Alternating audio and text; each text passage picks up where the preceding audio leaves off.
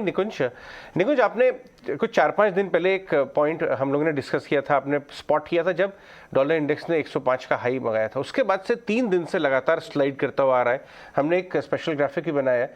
अगर आप इस पर राय दें, कैसे ये एक काफ़ी बड़ी बात है जो इमर्जिंग मार्केट और काफ़ी हद तक इंडियन मार्केट को भी सपोर्ट दे रही है? देखिए, डॉलर इंडेक्स जो होता है एक अक्सर एक प्रकार का इंडिकेटर होता है कि शॉर्ट टर्म में कमोडिटीज़ और इमर्जिंग मार्केट्स में क्या होता है। एक तकनीकी इंडिकेटर है। जब डॉलर इंडेक्स ऊपर जाता है, इसका मतलब ये है कि विदेशी संस्थागत निवेशक एफआईज इमर्जिंग मार्केट्स में बेच रहे हैं और वो अमेरिकी शेयर बाजार में वापस जा रहे हैं। इसका अगर आप देखें तो डॉलर इंडेक्स में जो हुआ है पिछले 1 घंटे के अंदर काफ़ी गिरावट आई है। शायद 105 था ये, और अब 102 3 दिन में लगातार नीचे आ रहा है, 102 हो चुका है। तो इसका मतलब ये जी, डॉलर इंडेक्स जब घूमता है तो उसका सीधा प्रभाव इमर्जिंग मार्केट्स पे पड़ता है। एक हिस्टोरिकल कोरिलेशन है। तो डॉलर इंडेक्स का रिवर्सल एक प्रकार का इंडिकेशन है कि इस मार्केट के अंदर जो शॉर्ट सेलिंग हो रही थी, अब शॉर्ट सेलिंग रुकनी चाहिए और कमोडिटीज़ के अंदर जो उछाल आ रहा था वह भी घूमना चाहिए। रिवर्स हो रहा है।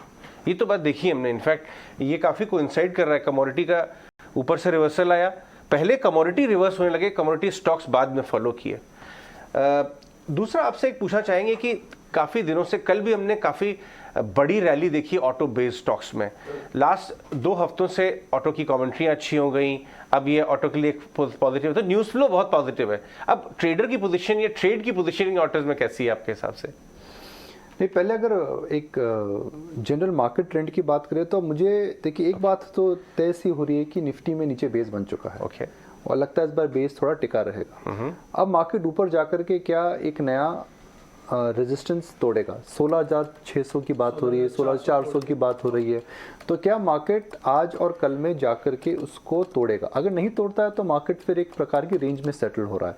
हमें यह समझना है कि नीचे का बॉटम इस समय ट्रेडिंग बॉटम बन चुका है, ऊपर में मार्केट कितना जाएगा।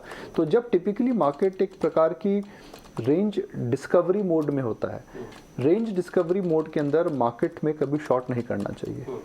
और रेंज के आसपास आपको अगर ट्रेडिंग करनी है तो स्ट्रिक्ट स्टॉप लॉस लगा करके ट्रेड करिए। तो अगर रेंज को तोड़ के मार्केट निकल गया तो जाहिर है शॉर्ट कवरिंग आ जाएगी, मगर नहीं अगर ट्रेड नहीं करा तो सीधा नीचे आ जाएगा वो।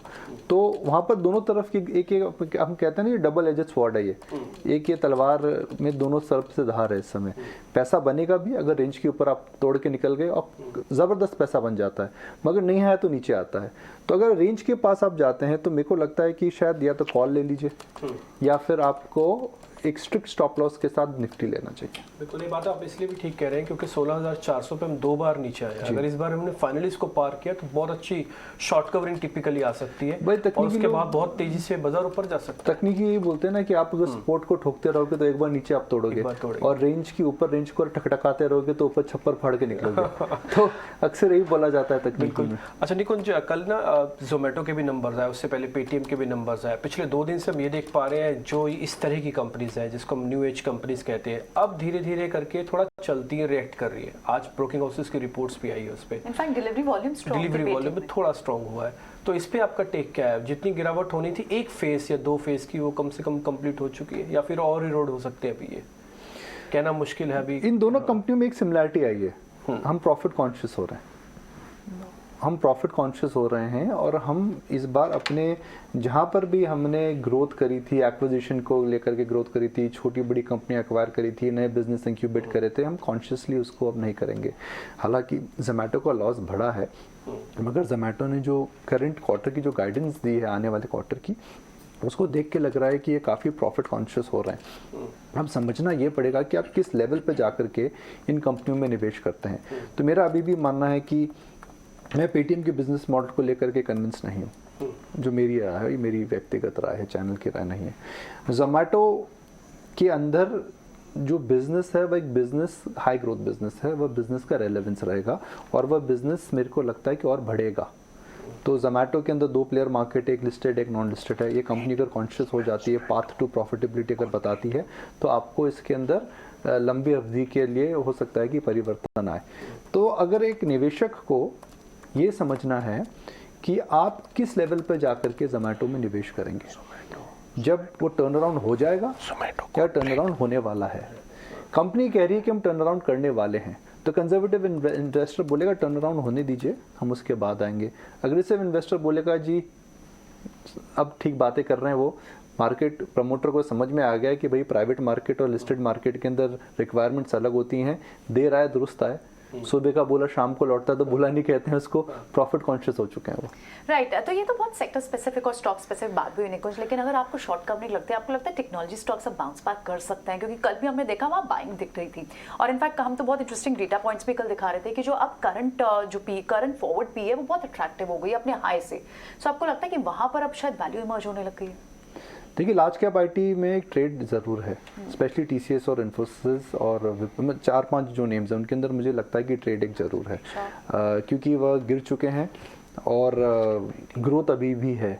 जितनी भी कमेंट्री हमने मैनेजमेंट से सुनी है, फोरम्स पे सुनी है, आईसी में राजेश जी से बात हुई थी, उसके आसपास भी हमारे आईटी कंपनी से बात हुई है, डावोस में जो इंटरव्यूज हम देख रहे हैं सब ये बोल रहे हैं कि ग्रोथ को लेकर के भी चिंता नहीं है, मार्जिन्स को लेकर के चिंता है, कॉस्ट कटिंग सब कर रहे हैं। तो मेरे को लगता है कि मिड कैप आईटी से पहले लार्ज कैप आईटी में एक बाउंस ज़रूर आएगा। राइट ठीक है, एब्सोल्युटली। तो ये सारे स्पेसेस और ये सारे स्टॉक्स, तो ये स्पेशल ग्राफिक्स एक्चुअली इनकी बात हो रही थी कल, राइट जी हाँ, ये देखिए एक्चुअली वैल्यूएशन कंप्रेशन काफी साफ है। 40 टाइम वाला माइंट्री 25 टाइम 1 ईयर फॉरवर्ड हो गया है, 32 टाइम वाला टीसीएस 27 टाइम, एचसीएल टेक में काफी कम हुआ है अभी वैल्यूएशन कंप्रेशन, लेकिन आपको काफी हद तक 15 से 20% वैल्यूएशन कंप्रेशन साफ तौर पे दिख रहा है। तो आगे चलते हैं, एक स्टॉक डिस्कस करना जरूरी होगा इस समय, और वो कल स्टॉक ऑफ द डे भी एक तरह से बन गया था, बाजार में बहुत चर्चा हो रही थी उसकी, और वो है डिवीज लैब। 13% का इंट्राडे मूव हमने डिवीज लैब में देखा था।